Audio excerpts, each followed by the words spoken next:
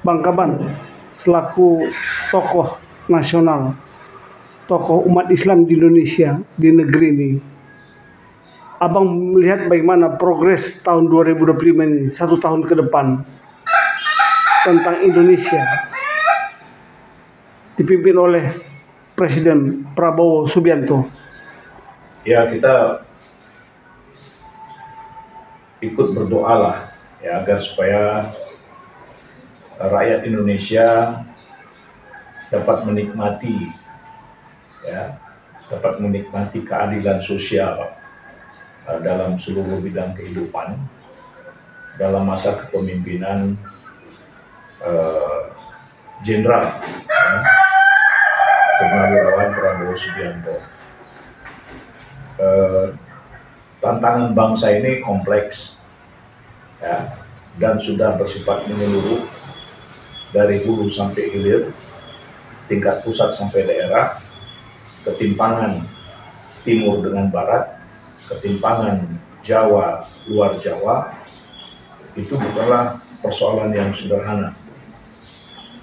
Nah, di sini kita melihat bahwa di awal-awal kepemimpinan beliau sebagai presiden, dalam pidato-pidatonya itu memberikan motivasi besar, memberikan harapan besar bahwa penegakan hukum itu sepertinya penegakan hukum sepertinya menjadi prioritas, terutama dalam hal pemberantasan judi online.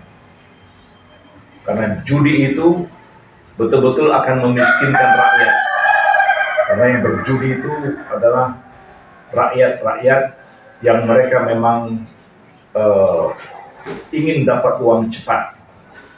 Dan uang-uang judi ini tak terkendali dan dikuasai oleh sekelompok orang tertentu yang bisa membayar siapapun. Kemudian yang kedua adalah pemberantasan narkotik. Pemberantasan narkotik, dan diminta itu harus tuntas, ya kan?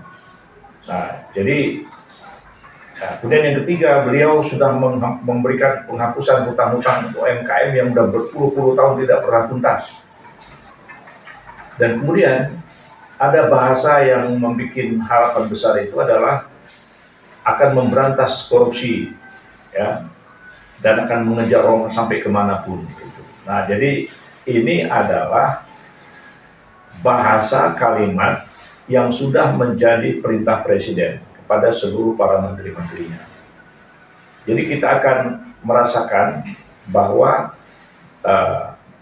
tahun 2025-2026 ini, ya, langkah-langkah itu ya akan dirasakan oleh semua lini, ya, dan itu nanti akan bisa dilihat apakah rakyat, masyarakat, penyelenggara negara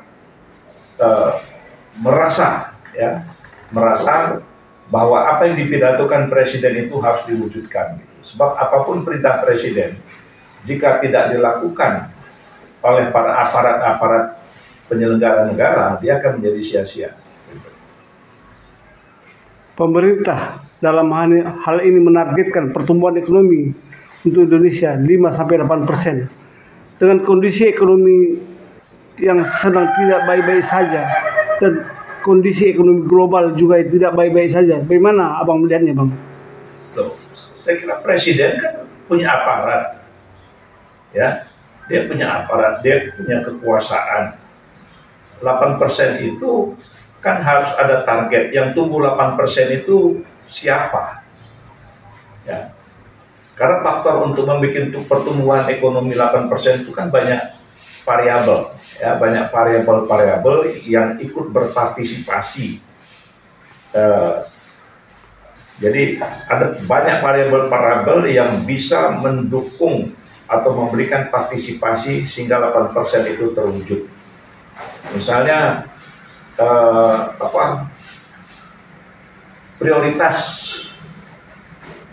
uang ratusan triliun untuk masyarakat makan dengan gizi, ya dengan gizi yang tinggi, itu bergerak di ekonomi mana, ya kan?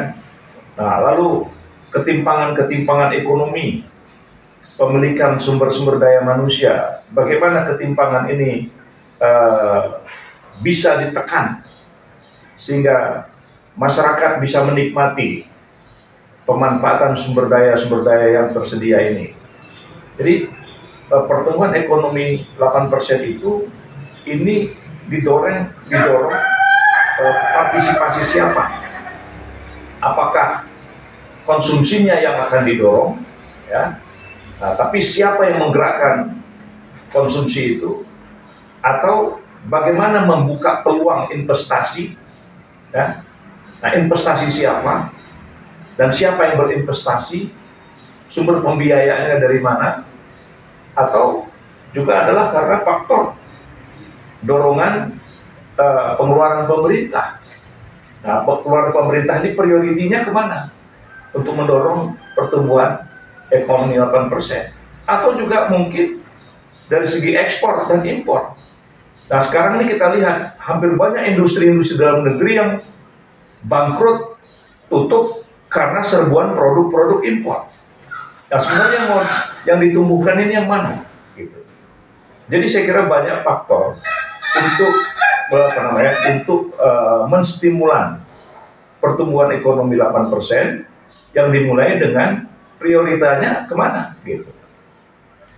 Bang, diperkirakan tahun 2025 ini Indonesia tidak impor beras dari luar negeri.